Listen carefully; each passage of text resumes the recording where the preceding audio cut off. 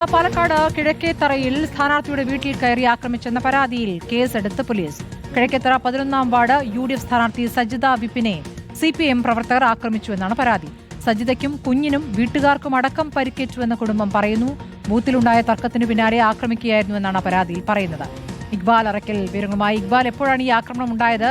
Police കേസെടുത്തിരിക്കുന്നു. ഈ പരാതിക്കാരിയെ കണ്ടോ ഇക്ബാൽ?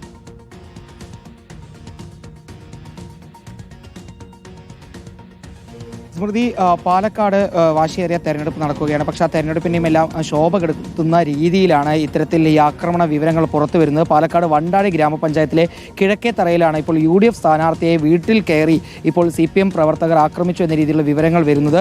അവിടെ 11-ാം വാർഡിലെ UDF സ്ഥാനാർത്ഥിയായിട്ടുള്ള സജിത വിപിനെയാണ് CPM പ്രവർത്തകർ വീട്ടിൽ കയറി ആക്രമിച്ചു എന്ന രീതിയിൽ പരാതി ഉയർന്നിട്ടുള്ളത്. രാവിലെ 10 മണിയോടുകൂടിയാണ് ഇത്തരത്തിലൊരു ആക്രമണം നടന്നത്.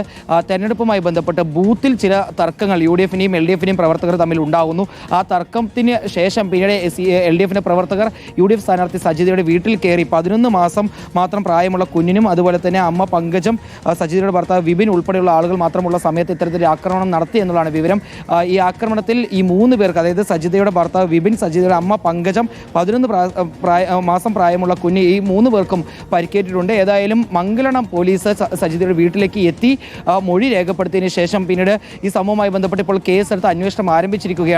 ഏതായാലും ഈ കുടുംബം നൽകിയ വിവരങ്ങൾ പ്രകാരം ഉടൻ തന്നെ ഈ ആക്രമണം നടത്തിയിട്ടുള്ള LDF പ്രവർത്തകർ CPM പ്രവർത്തകരെ കണ്ടെത്തി കസ്റ്റഡിയിലെടുക്കാനുള്ള നീക്കത്തിലേക്കാണ് നിലവിൽ മംഗലം പോലീസ് കടക്കുന്നത്. ശരി, ഇക്ബാൽ അറക്കലാണ് പാലക്കാട് നിന്ന് വിവരങ്ങൾ നൽകിയത്.